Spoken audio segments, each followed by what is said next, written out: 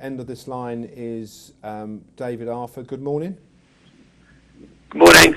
Good morning, David. Whoa. You're king. So, hopefully someone can turn your speakerphone down on this end. It's not your end, Dave. Don't worry about it. Sorry we called you slightly later than we planned, but you're down at Nigel Twiston Davis's yard. Yes, I am. Yeah, he's having an open morning this morning for his owners in aid of Macmillan Cancer and the Interjockeys Fund. So a nice group of about 60 or 70 people are here this morning. Okay, from that point of view, then I didn't know that. So how would that work? I mean, does some of the money go towards a charity or? Yeah, I think everything that's raised this morning, people have given cakes and presents and bottles and all sorts of things for raffles, and all the money that's raised goes directly towards the two charities, I believe. Oh, fabulous! And what have you been able to see this morning? We'll talk about Mad Moose and another horse that you have running tomorrow, which is Mission to Mars. But what have you been able to see from binoculars or anything like that? This morning? No, we were able to stand right up by the gallops with Nigel. There's been probably 60 horses going up and down the gallops, 3 lots, including good horses like the new one, and many other good horses of Nigel's. They've all been there doing a nice, steady, gentle canter this morning. How's the new one looking, Dave? He's looking tremendous. Yeah, he worked extremely well up the hill. Nigel doesn't say a lot, as you know, Catherine. He's quite circumspect about what he tells people, but he certainly looks in good nick. It's great viewing there as well. It is a great spot to have stood on the gallops there. It's really good viewing. And I take it your fella's been working well, has he, Mission to Mars? Yes, he has. Yeah, I had managed to have a word with Nigel this morning. They're very, very pleased with him. He's done everything they wanted him to do. We're waiting for some soft ground, which probably we may not totally get unless the rain hits Fosslas tomorrow. But he's in extremely good nick, and Nigel's very pleased. Excellent. In relation to the morning we've had a sort of enigmatic morning enigmatic morning, similar to Mad Moose. Similar to Mad Moose. Tell us about Mad Moose. I mean, he can run so well, and then not even he refused to race other times. How's the Mad Moose doing, Dave? Well, he's well. I've just been up and attempted to pat him when he decided not to walk around in circles in his box this morning.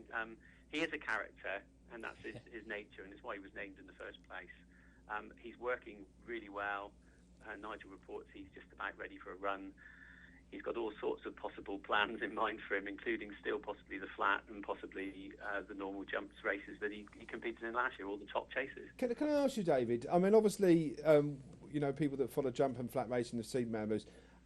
What is it about the horse then that makes him different, even back at home? There are obviously some characteristics that make him different, I guess. Yeah, I think he has these idiosyncrasies within him anyway. I think he has since he was a young horse. So he has to have his own characteristics at home. He does go up gallops on his own. I think it's just he's just too clever for everybody. I mean, let's not forget he finished second to Sprinter Sacra.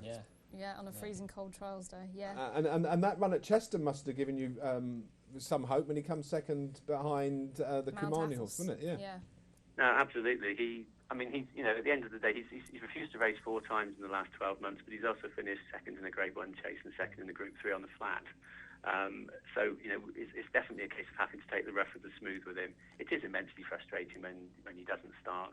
I just hope that the starters on the jumps give him a fair crack of the whip when he's running against these top horses. I mean, obviously, Dave, you've tried everything. I mean, is there anything else you might try this season just to get the animal to start, or is it just going to be left down to the horse on the day? I won't claim to be enough of a horse expert to be able to give you a good answer to that, but Nigel certainly has a number of plans. They've been trying different bits, different jockeys on the gallops. Sam's been riding him, Ryan Hatcher's been riding him.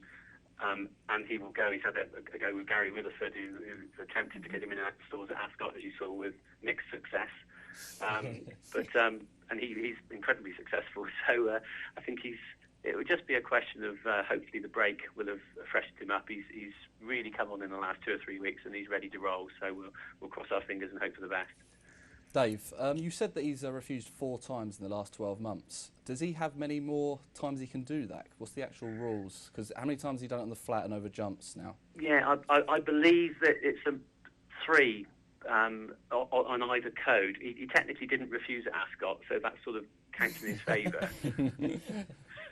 But I think if he refused to gain over jumps, then the BHA might at least have a word. So we'll have to hope that the next jumps run is a nice smooth one. So it's sort of 3 strikes and then you're out, sort of thing. Yeah, presumably you have to redo it, don't you? You have to go in the stalls and have a stalls test and things like that, and that can take some time. David, you still there?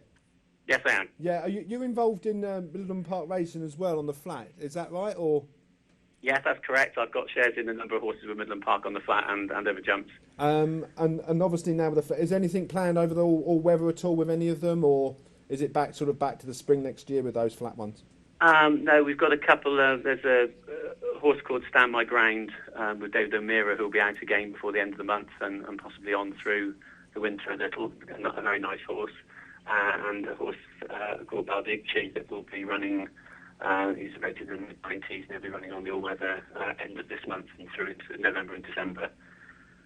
I have to say, Dave, you're doing very well to get a signal for so long from Grange Farm. And I actually just wanted to tell you about a story regarding Mission to Mars. I got in a taxi the other day in Cheltenham and, they start chatting to you about what you do and everything. And I told them, they were like, oh, I'll give you a horse to follow. And I was like, okay, then what's that? And they were like, Nigel Twiston-Davis's Mission to Mars. And I started laughing and I said, oh, all right, okay, yeah. I sort of know the guy that's involved with that, really. Yeah, apparently the dogs of Cheltenham are barking Mission to Mars. Yeah, I spoke to the breeder last night, actually, because I've been in touch with him. I like to try and keep in touch with people throughout the history of the horse. A chap called Liam Flavin over in Ireland. And his message back to me last night was a friend of his who knows somebody in the stables told him they're really keen on him. So the price will be nothing tomorrow. And how is he, since you bought him, how did you actually go about acquiring this horse? I visited Nigel's stables really to see Moose as part of, I did some stable liaison for Midland Park down here in this part of the world because there's not many southern-based owners. And while I was here, Nigel was keen to show me Mission to Mars as a potential Midland Park horse. And I took to him and decided I would go to the trouble of trying to set up a syndicate myself to buy him. Fantastic. Okay, I won't hold the fact that you're a West Ham fan away from you, David, but presumably you don't get much chance to actually watch them, do you? Not a tremendous amount, to be fair, no. Apart from the difficulty of getting tickets, it's usually quite easy to get tickets for West Ham away, but at home they're a sellout. Perhaps when we go to the Olympic Stadium, there'll be lots of spare seats. Right, well, when you play QPR, I'll get you a ticket. And then Very good. I'll hold you to that. Right, okay. It might be a couple more seasons, though, based where we are, unless you come down. But all the best. Thanks very much for taking time out, David, to chat with us. Really appreciate it. And the best of luck, obviously, in the bumper tomorrow. Thank you very much indeed. Appreciate it. Okay, thanks very much, David. Bye, Dave. Cheers. Bye. Good luck.